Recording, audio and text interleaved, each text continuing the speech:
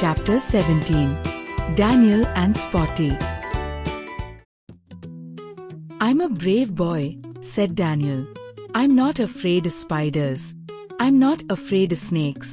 I'm not even afraid of thunderstorms." "But you are afraid of dogs," said Jenny, his sister. "I'm not afraid of dogs. It's just that I don't like them," he yelled. One day, Daniel returned home from school in the evening. His mom was holding a dog in her lap. He did not know what to do. "मैं एक बहादुर लड़का हूँ," Daniel ने कहा। "मुझे मकड़ियों से डर नहीं लगता। मुझे सांपों से डर नहीं लगता। यहाँ तक कि मुझे तूफान से भी डर नहीं लगता।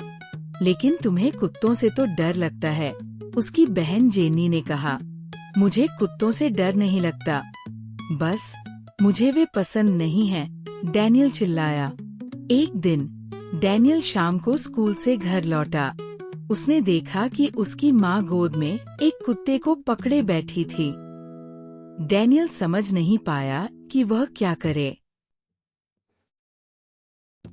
"Mom, I don't like dogs," Daniel said. "I know, honey. But Aunt Mary had to go away. Spotty had no place to stay," she said. "Don't be afraid like a cat," said Jenny. "I'm not a cat. I just don't like dogs," he said. At night, Daniel woke up to go to the bathroom. It was a dark and rainy night. "माँ, मुझे कुत्ते पसंद नहीं हैं," Daniel ने कहा। "मुझे पता है बेटा," माँ ने कहा। "लेकिन आंटी मैरी को कहीं जाना था और स्पॉटी के पास रहने की कोई जगह नहीं थी।" "बिल्कुल बिल्ली जैसी डर रहे हो," जेनी ने चिढ़ाते हुए कहा। "मैं बिल्ली नहीं हूँ। मुझे बस कुत्ते पसंद नहीं," डैनियल बोला। रात को डैनियल की नींद खुली। उसे बाथरूम जाना था। रात अंधेरी और बारिश वाली थी। Daniel opened his door quietly. Spooty was nowhere nearby. He ran into the bathroom.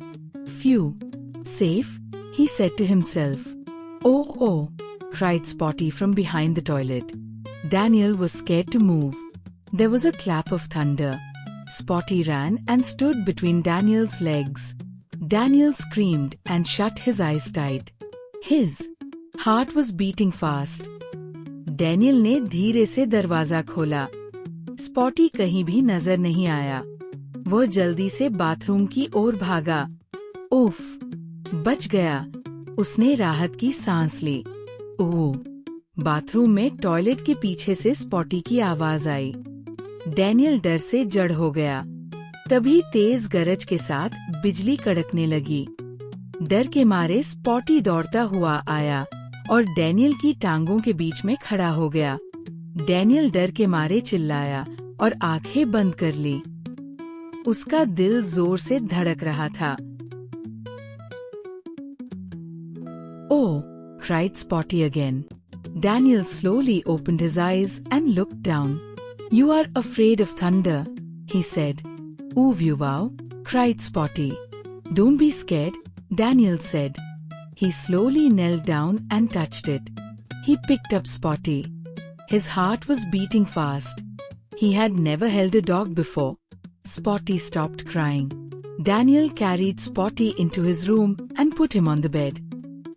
"Oh!" Spotty फिर रोया।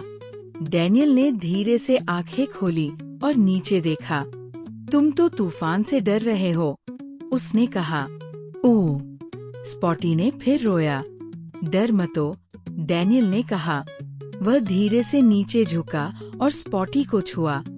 फिर उसने उसे गोद में उठा लिया। डैनियल का दिल अभी भी जोर से धड़क रहा था।